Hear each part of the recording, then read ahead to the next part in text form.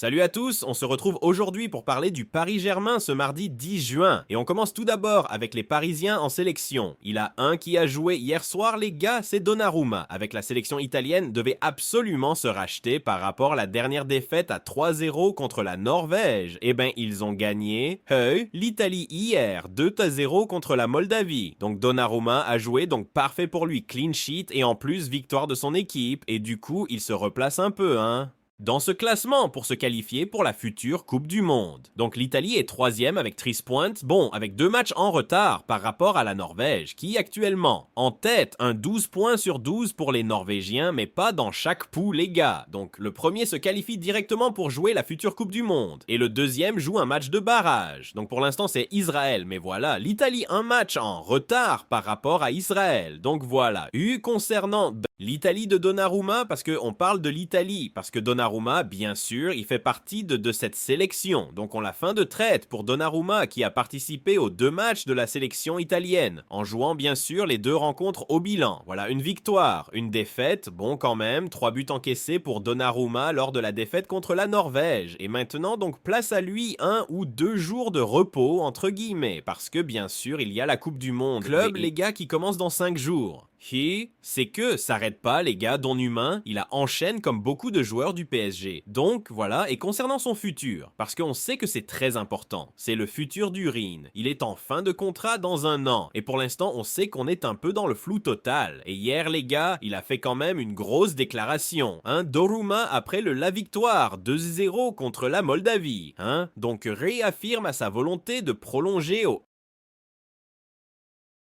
PSG, ça c'est quand même une bonne nouvelle, la priorité étant de renouveler mon contrat avec le PSG, je ne pense pas qu'il y aura de problème. Et nous formons une grande équipe, voilà ce qu'il a pu dire hier à la fin du match. Donc il y a quelques heures, il a dit en gros que lui vraiment, il réaffirme son envie de continuer du côté de Paris. Donc il a dit maintenant concentration maximum sur la Coupe du Monde des clubs. Donc voilà, grosse info, reste que Donnarumma souhaite prolonger l'aventure de côté de Paris. En gros, ce qui bloque un petit peu, c'est le salaire. Lui, il demande un temps salaire. Et le PSG, pour l'instant, pas très chaud. Lui donner ce que veut, en gros, Donnarumma, on verra ça être quoi l'issue, bien sûr, de cette situation. Il y a noté, les gars, normalement, une réunion à Los Angeles, il paraît, où le PSG, s'envole aujourd'hui dans les prochains jours.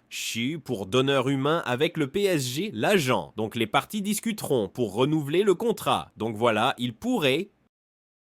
peut-être on pourrait apprendre sa prolongation peut-être à Los Angeles, enfin aux États-Unis, quand là Paris sera pour cette Communique Club, parce que une réunion entre Luis Campos et les représentants Donnarumma pourrait essayer de prolonger bien sûr le gardien italien.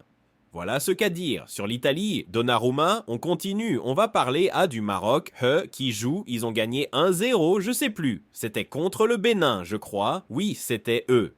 Donc on va parler d'Aimi, bien sûr. Donc Hakimi commencé remplaçant bonne nouvelle, les gars c'est un match amical, Hakimi a énormément joué et Radjer lui a donné du repos, il a joué 9 minutes. Regardez, je suis allé regarder parce que je me suis dit combien de temps il a joué 9 minutes, tant mieux. Parce que regardez, il a enchaîné beaucoup de matchs, là en étant titulaire lors des dernières rencontres. Ça c'est bien parce que la Coupe du Monde des clubs. Donc voilà, il a plus soufflé Achraf Hakimi. Donc lui aussi 1 ou 2 jours de off on va dire. De repos. Et après, bien sûr, retour à l'entraînement, pour préparer, bien sûr, cette Coupe du Monde des clubs. Place mondiale, des clubs aussi, pour les Portugais, bien sûr, aussi, qui ont quelques jours, là, de repos, je sais pas. Quand exactement ils reprennent l'entraînement, peut-être demain, peut-être après-demain. De toute façon, le premier match, les gars, c'est dans 5 jours. C'est dimanche. Donc il y a un moment, voilà, ils vont devoir revenir à l'entraînement. Donc c'est imminent, bien sûr.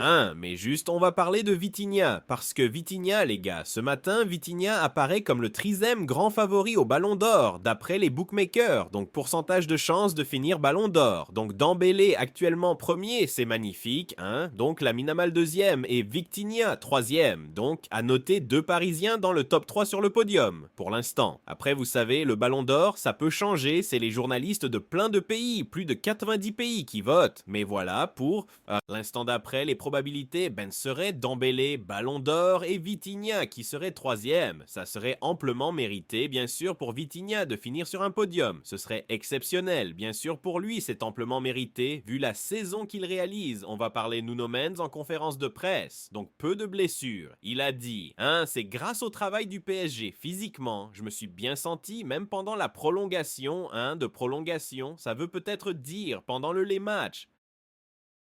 Là, parce que là, c'est des matchs de prolongation. Normalement, il y en a plein, la saison, elle est finie. Mais il y a eu la Ligue des Champions. En plus, il a eu la Coupe de France, la finale. Il a eu la Ligue des Nations. Et maintenant, il a la Coupe du Monde des clubs. Et là, il sent bien. On espère qu'il n'y a aucune blessure. Parce que pour moi, je pense actuellement, c'est le meilleur défenseur gauche au monde. Hein?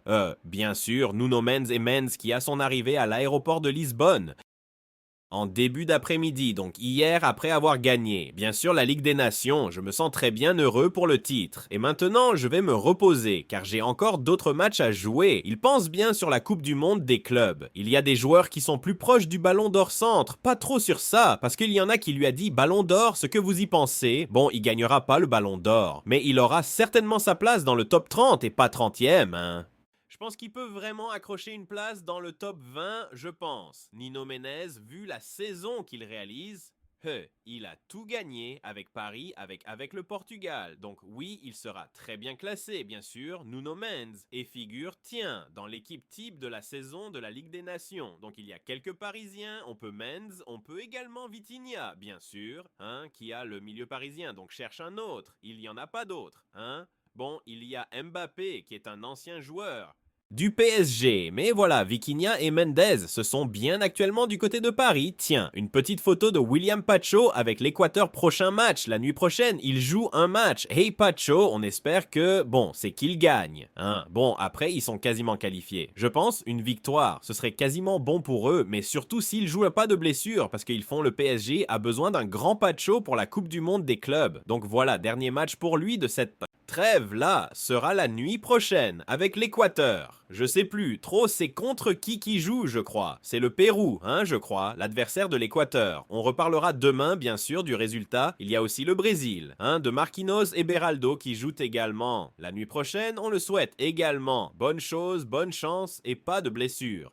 Bien sûr, on continue avec le baromètre. Cette fois-ci, des joueurs de l'équipe de France à un nom de la Coupe du Monde. On va parler des Parisiens, ceux qui ont des chances d'y aller, peut-être ceux qui ont moins de chances d'y aller, et ceux qui sont sûrs d'aller au mondial. Il y a quelques Parisiens bien sûr, hein, comme il est. Donc voilà, Dembélé, Barcola sera une grande chance comme d'y aller. Ils sont quasiment sûrs d'y aller. S'il n'y a pas de blessure, bien sûr ont une chance peut-être d'y aller. Peut-être Colomani, oubliez pas qu'il appartient à Paris. Il est prêté actuellement à la Juve, mais il aurait des chances d'y